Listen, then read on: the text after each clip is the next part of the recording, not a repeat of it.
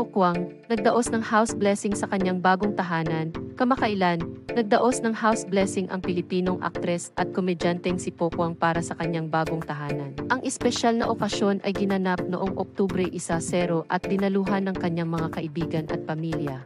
Isang video na ibinahagi sa Instagram ni Pokwang ang nagpakita ng mga tampok ng kanyang modernong bahay na may 2 palapag kasama ang masayang pagtitipon ng kanyang mga bisita. Kabilang sa mga dumalo ay ang malapit na kaibigan ni Pokwang na si Kip Rosa na nagdokumento ng kaganapan. Sa tingin mo, ano ang kahalagahan ng mga ganitong pagtitipon sa pagpapalakas ng pagkakaibigan at pamilya sa kanyang house blessing? Nagpost si Kip Rosas ng larawan kasama si Pokwang at ang kanyang anak na si Malia na may caption na House Blessing of Big Pokwang. Ang mga mensaheng ito ay nagpasaya sa mga tagahanga ni Pokwang na agad na bumaha ng mga pagbati at suporta sa comment section. Bakit kaya ang mga tao ay masaya para sa mga celebrity sa kanilang mga personal na tagumpay?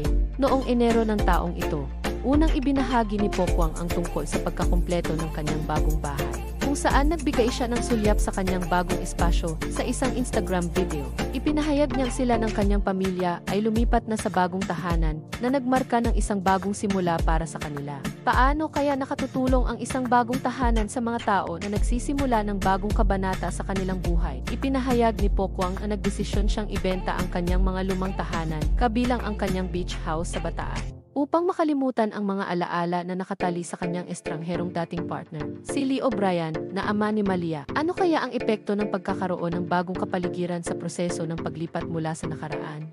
Ang bagong tahanan ni Pokwang ay simbolo ng isang bagong simula at isang positibong hakbang sa kanyang buhay. Habang siya ay nagdiriwang ng makasaysayang sandaling ito, kasama ang kanyang mga mahal sa buhay, maliwanag na puno ng emosyon at pag-asa ang kanyang paglalakbay. Ano kaya ang hinaharap na naghihintay para kay Pokwang habang siya ay patuloy na nagbibigay inspirasyon sa kanyang mga tagahanga?